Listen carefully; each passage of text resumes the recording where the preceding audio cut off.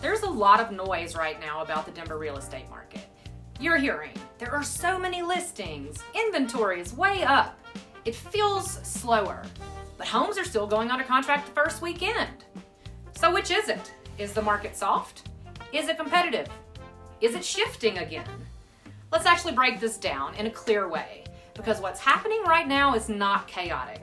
It's technical. First, let's talk about inventory. Yes, inventory has increased. Compared to the last couple of years, buyers absolutely have more options. There are more active listings, more open houses, more price adjustments, more visible competition for sellers. But here's the mistake that people make. They assume that more listings automatically equals a buyer's market. That's not at all how this works. What matters is absorption rate, how quickly homes are being absorbed relative to how many homes are hitting the market. Right now in Denver neighborhoods, we're seeing something very specific. Well-prepared, well-priced homes are going under contract quickly. Overpriced, poorly positioned homes are sitting. That's not a weak market. That's a selective market. And selective markets require precision. Now, let's talk about interest rates. Rates have come down a bit from the recent highs. We're not in 3% territory though, not even close.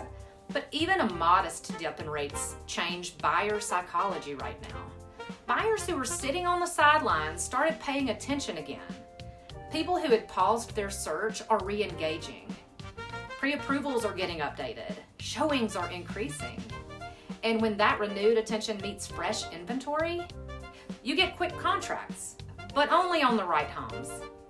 This is not 2021 bidding war madness, thank goodness. This is not desperation buying. This is analytical buying. Buyers today are running numbers carefully. They're looking at their monthly payments. They're comparing options side by side. They are not overpaying blindly. That's why two houses on the same street can perform completely differently. Now let's talk about what's happening on the seller side. If you're a seller, this is where strategy matters more than ever before. You're not competing against last year's market. You're competing against the listings that went live this week. And buyers are comparing everything. Photos, the condition of your property, the updates you've made to the property, your pricing compared to the other active listings, and how many days you've been on the market. The homes going under contract the first weekend tend to have three things in common. They're priced correctly from day one. They show well. They're clean, staged, and prepared. And they understand their competition. The homes sitting tend to fall into one of these traps. They're priced based on 2021 expectations. They're testing the market too high. They skip preparation. Or they assume that the demand will carry them. Right now, the Denver market rewards discipline, not optimism. Now, let's shift to buyers. If you're buying, this is actually one of the more balanced windows we've seen in a while. You have more inventory, more negotiation opportunities, slightly improved rate environments, less emotional frenzy, but here's the catch. You still need to move decisively when the right home appears, because the best properties, the well-positioned ones, are still moving quickly, and buyers who hesitate miss them. So this is not a slow market, it's a split market, and that split creates opportunity, but only if you understand it. Now let's talk about something most people miss, micro markets. Denver is not one single market. Berkeley behaves differently than Central Park. Littleton behaves differently than Sloan's Lake. Price points behave differently. Entry-level homes can still feel competitive. Higher price points may take longer. Updated homes move differently than heavy fixer properties. So when people say the market is slow or the market is hot, they're usually oversimplifying things. What's actually happening is segmentation. Now, let's address the biggest question. Is now a good time to buy or sell? The honest answer is it really depends on your situation.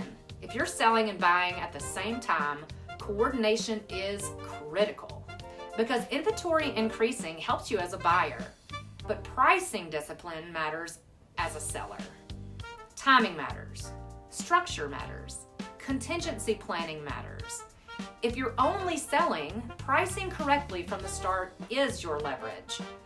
If you're only buying, preparation and decisiveness are your leverage.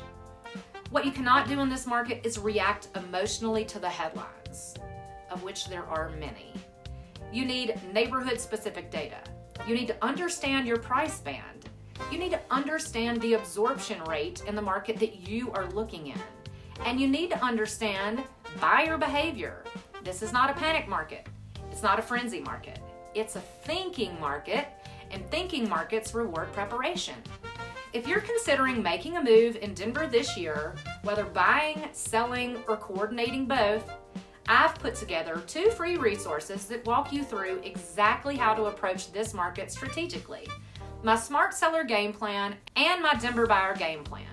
Both are linked below. And if you'd like to talk through what's happening specifically in your neighborhood and your price range, I'm always happy to do that. Because the truth is, the Denver market has not lost momentum. It has gained nuance, and nuance favors the prepared. Please follow me and like this video and share it with anybody who's thinking about moving this year.